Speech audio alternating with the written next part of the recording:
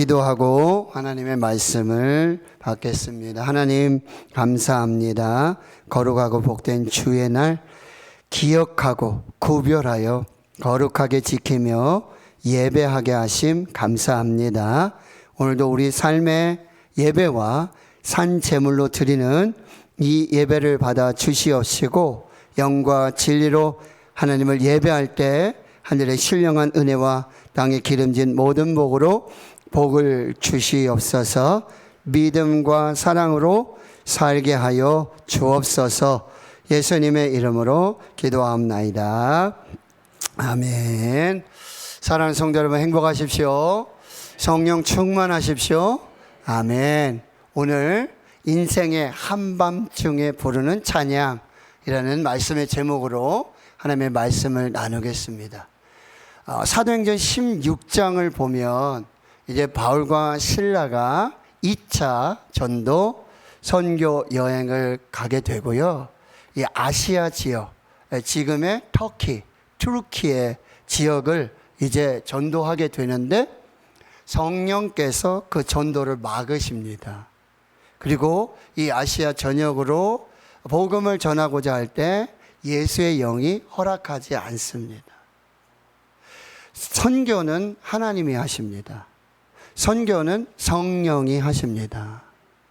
그럼에도 불구하고 바울과 실라는 포기하지 않고 부지런히 애쓰고 있을 때 환상을 보게 되어집니다.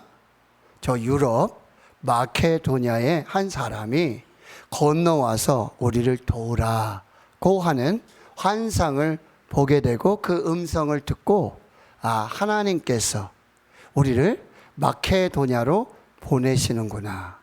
이 하나님의 부르심으로 깨닫게 되고 이제 드로아에서 트로이 목마 여러분 아시죠? 그 드로아에서 배를 타고 이제 마케도냐, 유럽의 천성인 빌립보, 로마의 식민지인 빌립보에 도착하게 됩니다.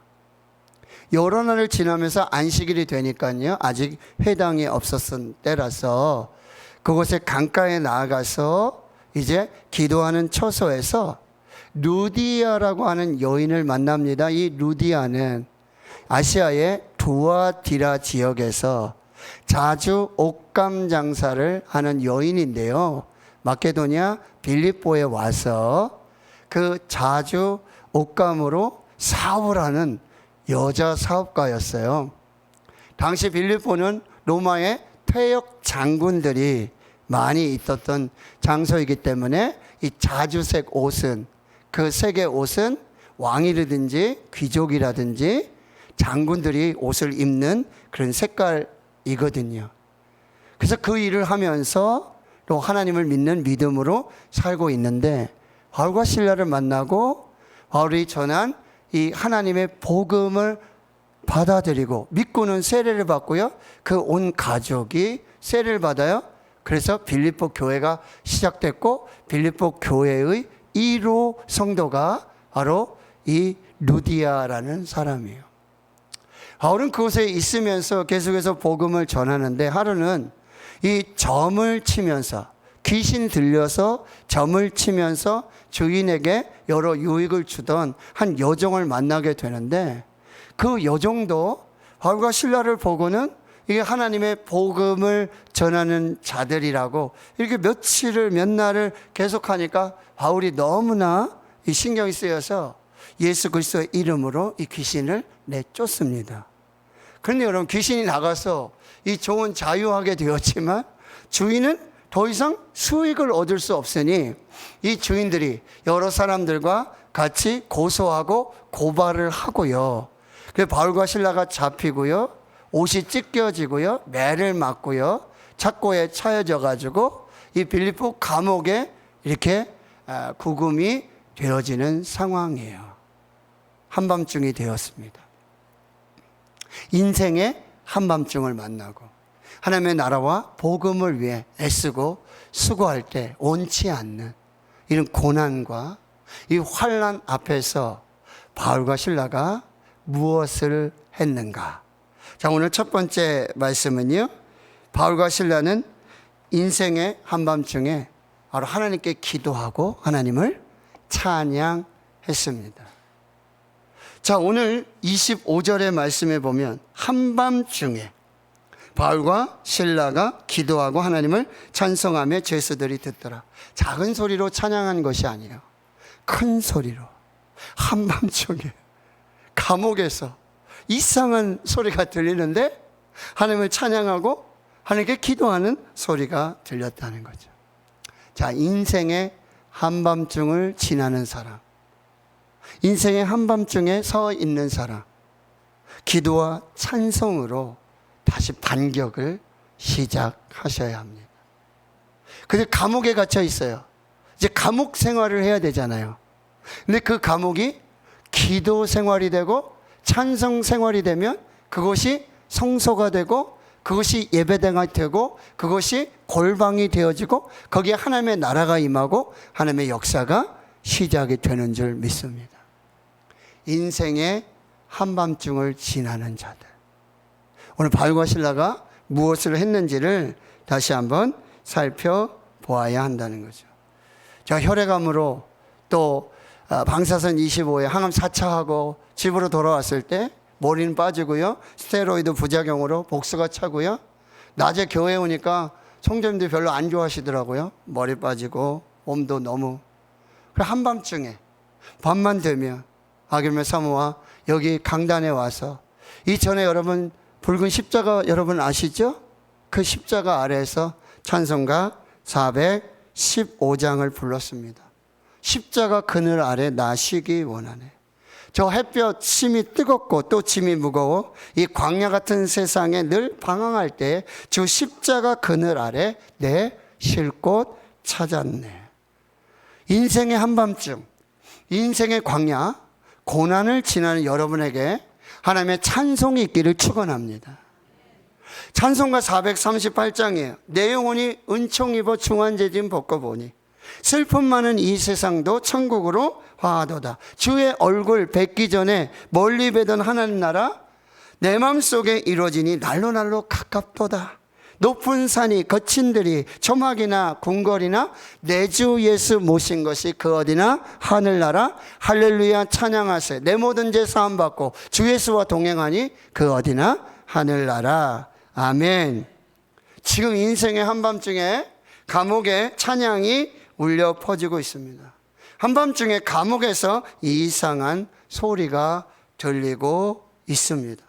여러분의 인생의 한밤중, 여러분의 고난의 한가운, 광야의 한가운, 여러분 심령에 주신 하나님의 찬송을 부르실 수 있기를 축원합니다. 더 이상 감옥 생활이 아니라 기도 생활, 찬송의 생활이 되고 거기 임한 하나님의 나라를 살게 될 줄로 믿습니다. 서울에서 목회하시는 한 목사님의 간증인데요, 목사님께서 미국에 계실 때 사역을 하시며 성경 공부를 가르치던 청년 대학생들 10여 명을 데리고 미국 샌디에고에 있는 감옥을 방문한 적이 있어요. 50여 명의 우람한 체격을 가지고 각종 문신을 다 하고요, 그리고 각종 인종이 섞여 있는 죄수들을 보며 두렵고 떨리는 마음이 있었어요. 한 세미나실을 빌려서 찬양을 하고 또 말씀을 전하고, 목사님이 여러분들 함께 부를 찬송이 있으실까요? 모두가 다 같이 나 같은 죄인 살리심, Amazing Grace. 목사님도 다 외우지 못하고 청년들도 다 외우지 못하는데 죄인이라고 손가락질 받는 그들이 그 찬송을 전부 외워서 그냥 암송해서 부르는 것이 아니라 뭐요? 영으로 찬양하는 것이죠.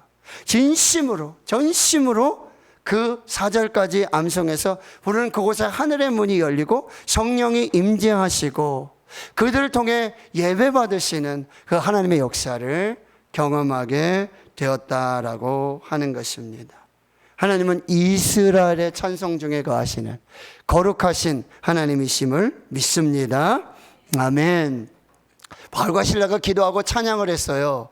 이 찬양이라는 단어의 히브리어의 의미 중에 하나가 야다라고 하는 표현을 쓰는데, 이 무슨 의미냐? 두 손을 펴고 무릎을 꿇고 하나님 앞에 서 있는 그 행위를 이 찬양, 야다라고 부른다는 거예요. 군사적인 용어로도 쓰이는데요, 자기보다 강한 이 적을 만나고 상대 앞에 더 이상의 저항을 포기하고 항복한다는 의미가 찬양의 의미고 야다라는 의미라는 거예요.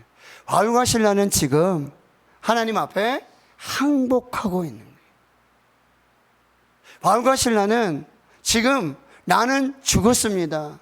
하나님이 사시고 예수가 살고 성령이 일하시는 역사를 보여주시옵소서라고 찬양하는 거예요.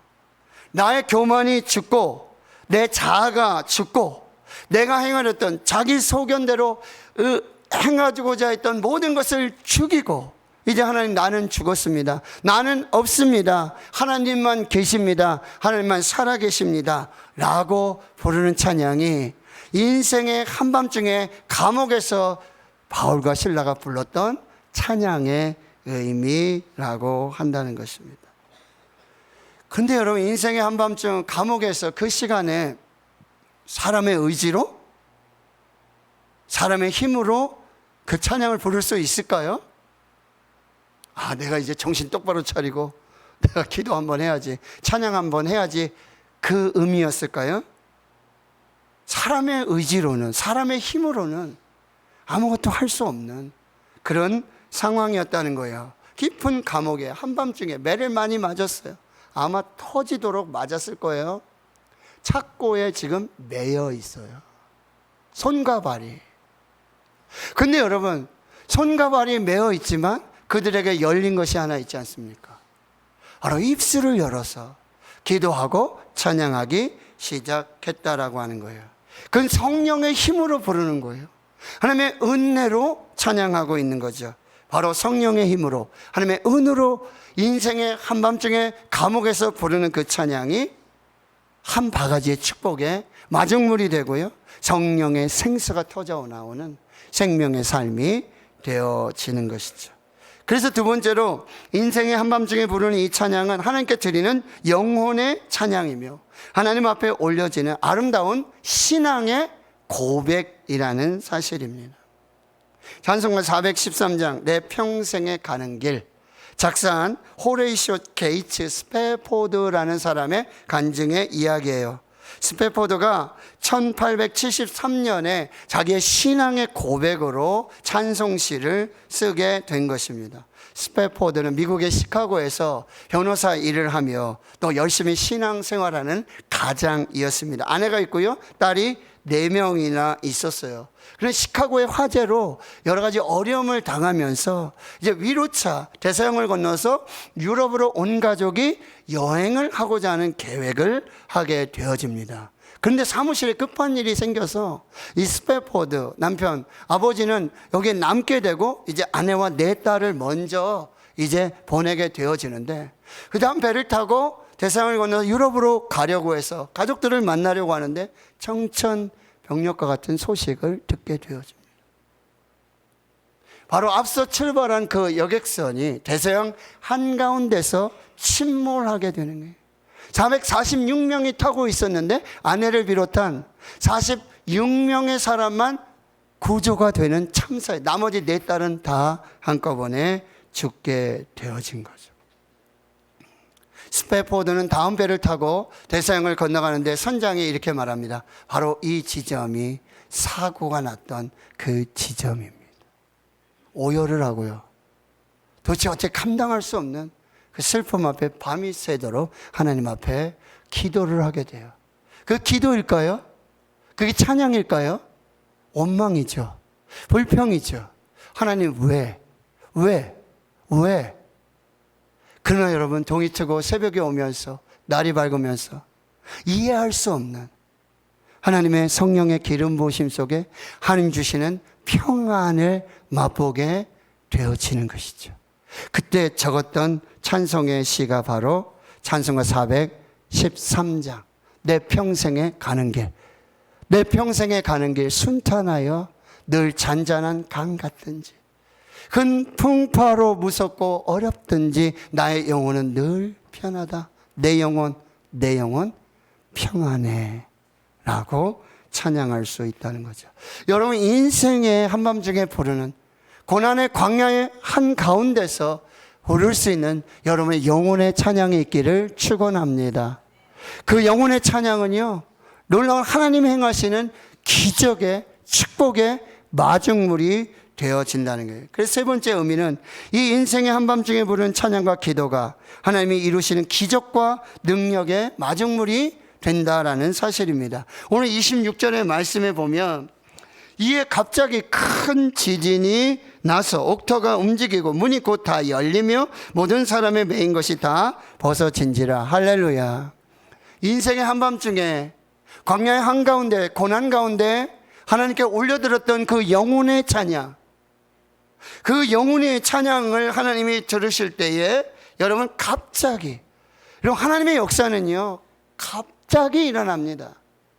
기도는요 수년 동안 하고 10년, 20년, 30년을 해도 하나님의 응답은 순간에 이루어지는 것이죠.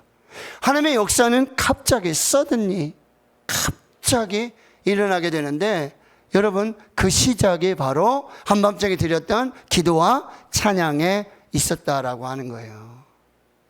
도저히 찬양할 수 없는 상황, 도저히 기도할 수 없는 그 상황에 성령을 의지해서 하나님 주신 힘으로 하나님을 찬양하고 기도했을 때 갑자기 임하는 예상하지 못했던 그 기적의 역사가 시작되는데요. 큰 지진이 일어납니다. 여러분 우리 포항에도 지진이 있었잖아요. 여러분 지진이 일어나면 그냥 그 옥이 어떻게 돼야 되잖아요. 그런데요 이 큰 지진은 참 희한해요. 옥터를 흔들어 놓고요 문을 다 열어버리고요 죄수들이 차고 있었던, 바울과 실라가 차고 있었던 자꾸만 풀리는 희한한, 세상이 생각할 수 없는, 이전에 없었던 하나님만이 행하시는 그 기적의 역사가 시작되었다라는 말씀이에요. 여러분 우리가 기도하면 하나님이 일하시는 줄 믿습니다. 우리가 찬양하면 하나님의 역사하시는 줄 믿습니다. 히스기야 왕이요 그 사네립의 왕의 그 편지를 들고 성전에 들어가서 펴놓고 무릎을 꿇고 하나님 앞에 기도할 때 그 밤에 하나님의 사자를 보내시고 18만 5천 명을 한밤에 다 멸하시는 역사가 나타나게 되는 줄 믿습니다. 여러분 우리가 기도할 때, 인생의 한밤중에 기도할 때, 인생의 한밤중에 찬양할 때 하나님이 천사를 보내시는 줄 믿습니다. 예수님께서 겟세마네 동산에 기도하실 때 땀이 떨어지는 핏방울처럼 떨어지는 그 기도에 무릎을 꿇고 아버지 내 뜻대로 하지 마시고 아버지의 뜻대로 하옵소서, 이 잔을 옮겨주십시오. 그때 여러분 천사가 나타나 돕고 힘을 더하는 역사들이 나타나는 줄 믿습니다. 여러분 인생의 한밤중에 기도하시기 축원합니다. 찬양하시기를 축원합니다. 하나님이 천사를 보내실 줄 믿습니다. 기적을 행하실 줄 믿습니다. 여러분 근데 바울과 실라가 하나님 옥문을 열어주십시오, 하나님 착고를 풀어주십시오, 하나님 여기 탈출하게 해주십시오 라고 기도하지 않았다라는 사실이에요. 만일 그랬다면 옥터가 흔들리고 문이 다 열리고 착고가 다 풀어졌을 때 할렐루야, 드디어 하나님이 역사하시는구나, 어서 이곳을 탈출하자, 탈옥하자, 그렇게 하지 않았다는 거예요. 왜요? 그렇게 기도하지 않았거든요. 하나님의 뜻이 무엇입니까? 하나님의 계획이 무엇입니까? 하나님의 섭리가 무엇인가? 기도하고 기다렸어요. 그 기적의 능력이 나타난 후에도 그 자리를 뜨지 않고 그곳에서 기도하고 있었어요. 다른 죄수들도 한 명도 그 옥을 떠나지 않았어요. 왜요? 그 죄수들은 알고 있었어요. 이 기적이 어디로부터 시작됐는지, 이 역사가, 이 능력이 어디로부터 시작됐는지, 누구로부터 시작됐는지. 바울과 실라의 기도와 찬양으로 시작됐고 하나님으로 시작됐는데 저들이 움직이지 않고 계속해서 하나님의 뜻을 기다리고 하나님의 뜻을 분별하고, 여기에 하나님의 계획이 있구나, 하나님의 섭리가 있구나. 아무도 움직이지 않았다는 거예요. 하나님이 때로는 우리에게 기적을 행하실 때가 있습니다. 능력을 베풀어 주실 때 있습니다. 흥분하지 마십시오. 더 잠잠히 더 크신 하나님의 계획, 더 큰 하나님의 섭리가 무엇인지를 여러분 기다리셔야 하는 것입니다. 여러분 지금 하나님이 행하신 이 기적은 바울과 실로를 풀어서 탈옥시키고 탈출시키기 위한 목적의 기적이 아니었어요. 지금 나타난 이 기적은 거기에 있는 죄수들을 다 풀어서 탈출시키고 탈옥시키고자 하는 기적이 아니었어요. 그 기적에 놀라운 하나님의 구원의 계획이 있어요. 뭐요? 여기 간수 한 영혼을 구원하고 그 가정을 구원하시기 위한 하나님의 기적이었다라는 사실이에요. 그래서 네 번째, 기적은 그 한 사람의 구원을 위한 하나님의 계획과 섭리였다라는 사실이에요. 여러분 오해하지 마십시오. 저는 그걸 너무나 잘 느끼고 있어요. 하나님이 저를 완치시켜 주시고 이제 혈액암 졸업시켜 주신 이유가 뭔가? 나 혼자 잘 먹고 잘 살라고? 더 오래 살으라고? 편하게 살라고? 그렇게 살려주지 않으셨다라는 사실이에요. 하나님께서 하시고자 하시는 일이 있을 줄 믿습니다. 하나님이 여러분에게 기적을 베풀어 주실 때 그 기적을 소유하지 마시고 그 기적의 영광을 가로채지 마시고 하나님 우리 가정에 주신 기적, 우리 자녀들에게 주신 기적, 나의 삶에 이루신 하나님의 기적에 하나님의 계획과 섭리가 무엇인지를 여러분 기다리시고 분별해 내셔야 한다는 거죠. 자, 오늘 30절에 여러분 이 간수는 선생님들이여 내가 어떻게 하여야 구원을 받으리까? 여러분 위대한 질문입니다. 이 질문은 인간의 모든 문제를 해결하는 마스터 키가 되는 위대한 질문이에요. 선생들이여 내가 어떻게 하여야 구원을 받으리까? 여러분 이 간수가 여러분 먼저 질문해야 될 게 뭐죠?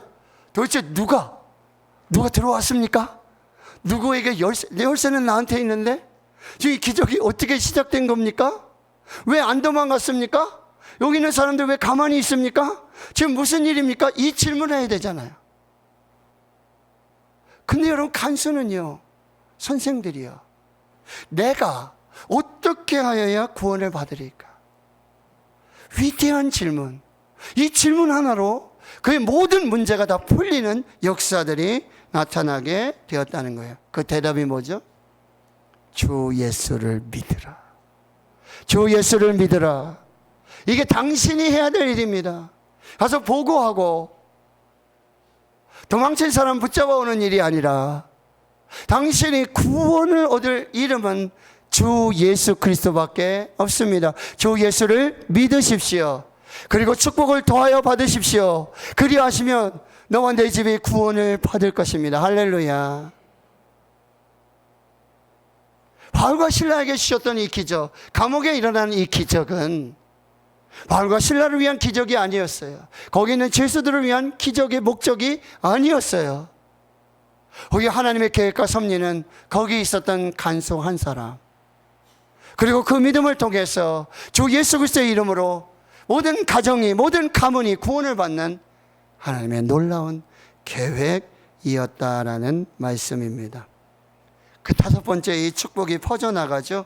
32절의 말씀입니다. 주의 말씀을 그 사람과 그 집에 있는 모든 사람들에게 전하더라.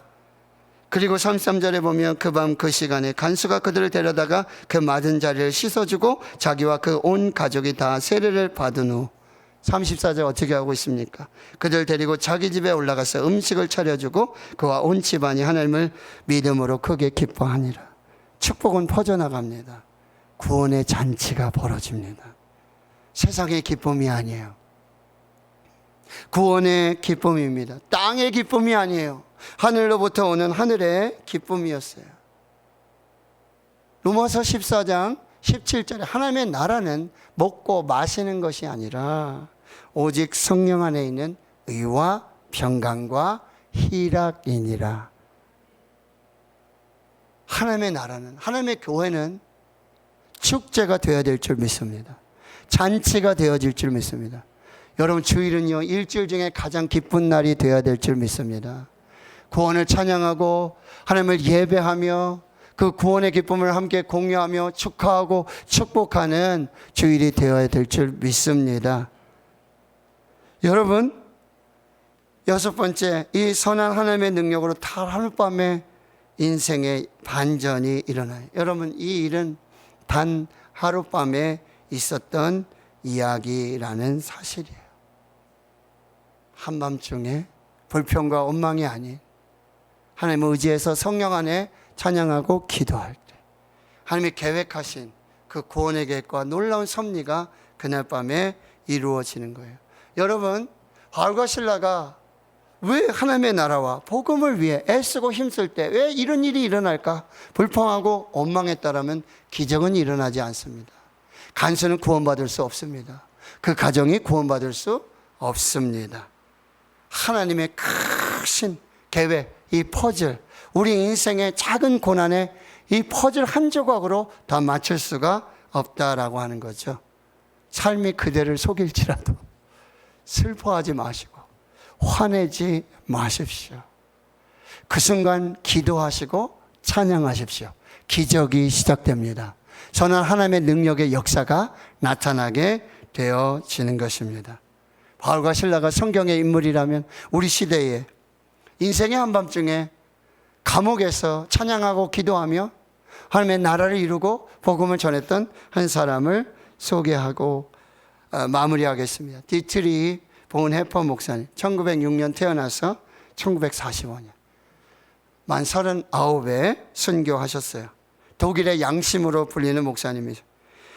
티빙엔 대학, 베를린 대학에서 신학 분야의 천재였고요. 젊은 나이 베를린 대학의 신학 교수로 임명이 됩니다. 미국에 유학 와서 미국에서도요 종신 교수 하자고. 그런데 2차 대전이 발발하고 독일로 돌아갑니다. 그리고 당시 독일 교회와 목사들은요 히틀러가 독일을 구원하기 위한 구세주라고 추앙하고 있었어요. 노, 아닙니다. 반대입니다.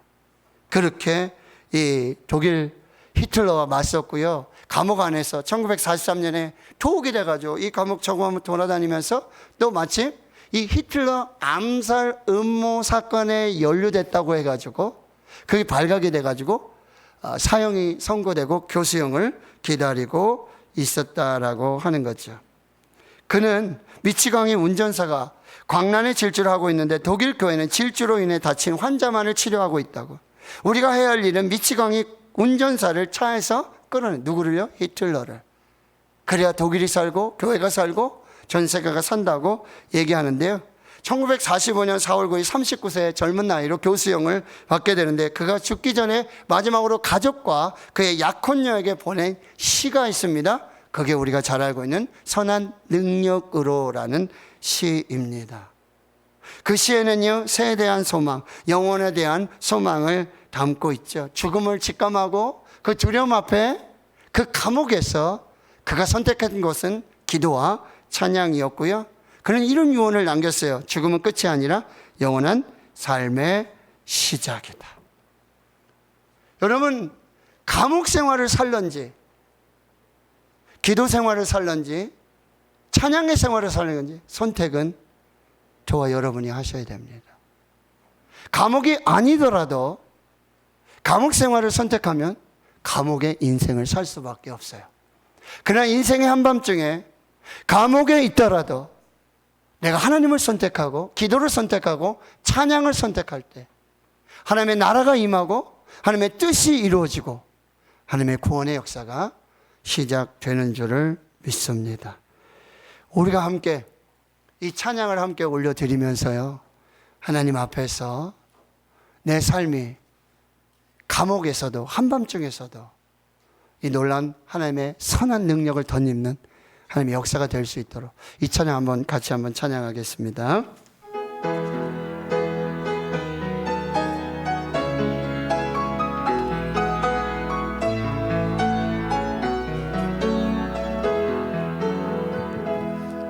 그 선한 힘에 고요히 감사하여 그 놀라운 평화를 누리며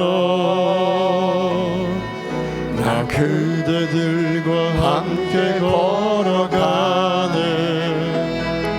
나 그대들과 한 해를 여네.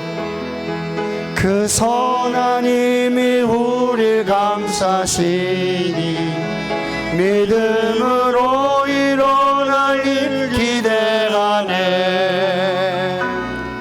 주 언제나 우리와 함께 계셔. 하루 또 하루가 늘 새로워. 지나간 허물 어둠의 날들이 무겁게 내 영혼 짓눌러도 오 주여 우릴 외면치 마시고 약속의 구원을 이룬 그 선한 힘이 우리를 감싸시니 그 선한 힘이 우리를 감싸시니 믿음으로 일어날 일 기대하네. 주 언제나 우리와 함께 계셔. 하루 또 하루가 늘 새로워. 주께서 밝히신 작은 촛불이 어둠을 헤치고 타오르네.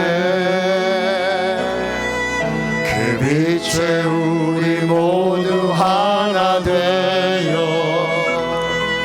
온누리 예를 주게 하소서. 아멘. 그 선한 힘이 우리를 비추시 그 선한 힘이 우리를 감싸시 믿음으로 일어날 일 기대하네. 주 언제나 우리와 함께 계셔. 하루 또 하루가 늘 이 고요함이 깊이 번져갈 때 이 고요함이 깊이 번져갈 때 저 가슴 벅찬 노래 들리네. 다시 하나가 되게 하소서. 다시 하나가 되게 이끄소서. 당신의 빛이 빛나는 그 선한 힘이 우리를 감싸시니 그 선한 힘이 우리를 감싸시니 믿음으로 일어날 일 기대하네. 주 언제나 우리와 함께 계셔. 하루 또 하루가 그 선한 힘이 우리를 감싸시니 그 선한 힘이 우리를 감싸시니 믿음으로 일어날 일 기대하네. 주 언제나 우리와 함께 계셔. 하루 또 우리 한 번 더 고백합니다. 그 선한 힘이 우리를 감싸시니 그 선한 힘이 우리를 감싸시니 믿음으로 일어날 일 기대하네. 주 언제나 우리와 함께 계셔. 하루 또 하루가 늘 새로워. 하나님, 인생의 한밤중 인생의 감옥을 고난과 역경 속에 있는 강약 가운데 있는 주의 성도들을 그 선한 능력으로 붙들어 주시옵소서. 그 선한 능력으로 기도하고 찬양하게 하여 주시옵소서. 믿음으로 일어날 일들을 기대하게 하옵소서. 주님이 언제나 우리와 함께 계심을 믿습니다. 하루하루 성령 안에서 임마누엘 하나님과 함께 거룩한 영광을 살게 해 주시옵소서. 예수님의 이름으로 기도하옵나이다. 아멘.